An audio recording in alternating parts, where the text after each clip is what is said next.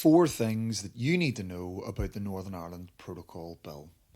First, the Northern Ireland Protocol Bill will not, in and of itself, remove or change any part of the Northern Ireland Protocol in UK law. The moment the bill is passed, if it is passed through both Houses of Parliament, Northern Ireland will still be under the same union subjugating protocol that it was when the bill was first published. This is because the bill is what is known as enabling legislation. In other words, it does not do anything by itself. Rather, it gives powers to government ministers to do something to the protocol at a later date.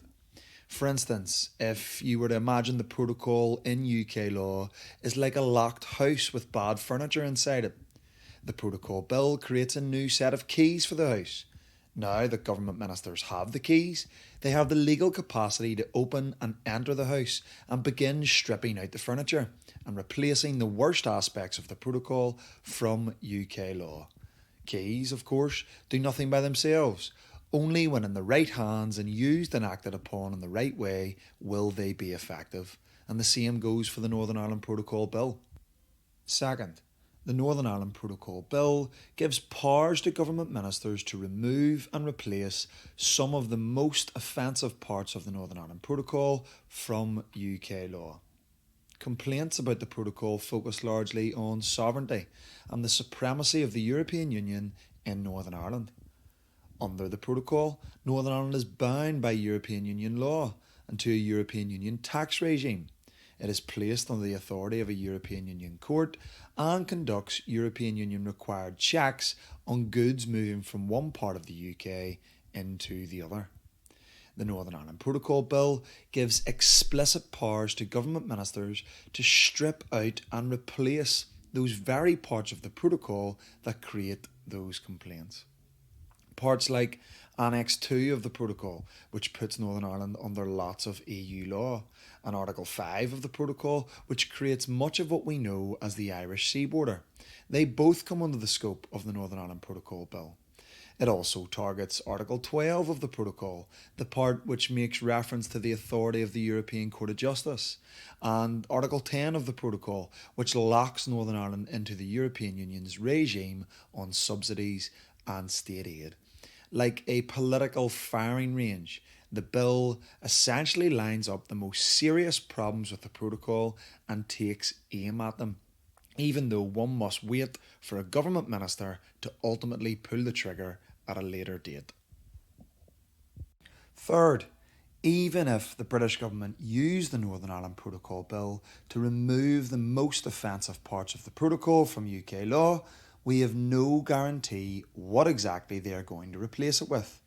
If or when a government minister finally pulls the trigger and commences the parts of the protocol bill that automatically eject aspects of the protocol out of UK law, we are unaware what exactly the government will put in its place. Sure, we have heard in principle what the government intend to do, green lanes and red lanes for goods moving from Great Britain and the Northern Ireland and so on, but it's often said that the devil is in the detail, and if the detail has not yet been published, then perhaps we are yet to see the devil. Unless and until the government publish the proposed legislation and regulations that they intend to replace the protocol with, we have no explicit or clear idea what is coming down the tracks. There is no guarantee, therefore, that future regulations will satisfactorily resolve our objections to the protocol or completely remove the Irish sea border. Fourth and finally, the Northern Ireland Protocol Bill also gives powers to government ministers to implement any future agreement with the European Union and or reinstate aspects of the protocol that they have already removed from UK law. The British government have openly confessed that they would prefer a deal with the European Union that resolves the protocol's problems. I've always been clear that I would rather get a negotiated solution with the EU, but I think we've learned from history that there's only one thing the EU understands, and that is strength. And I am strong enough to make this happen.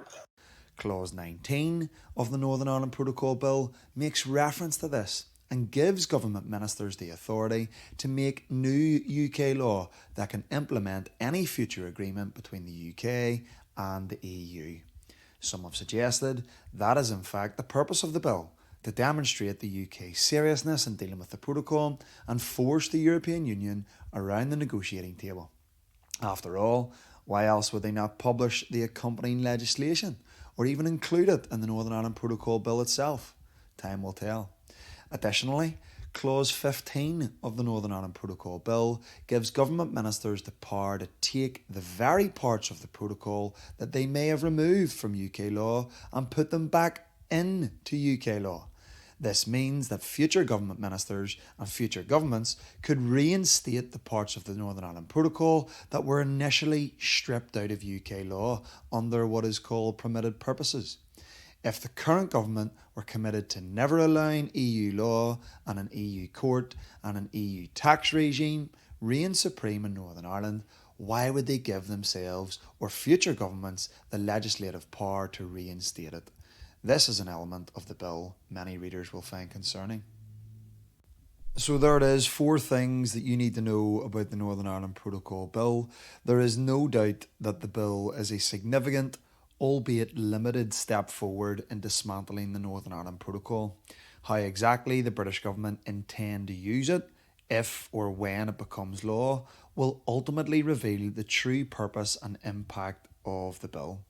Until that becomes clear, Unionists and anti-protocol activists should remain cautious and be under no illusion that the Northern Ireland Protocol Bill in and of itself guarantees a resolution to their chief objections to the Northern Ireland Protocol. It doesn't.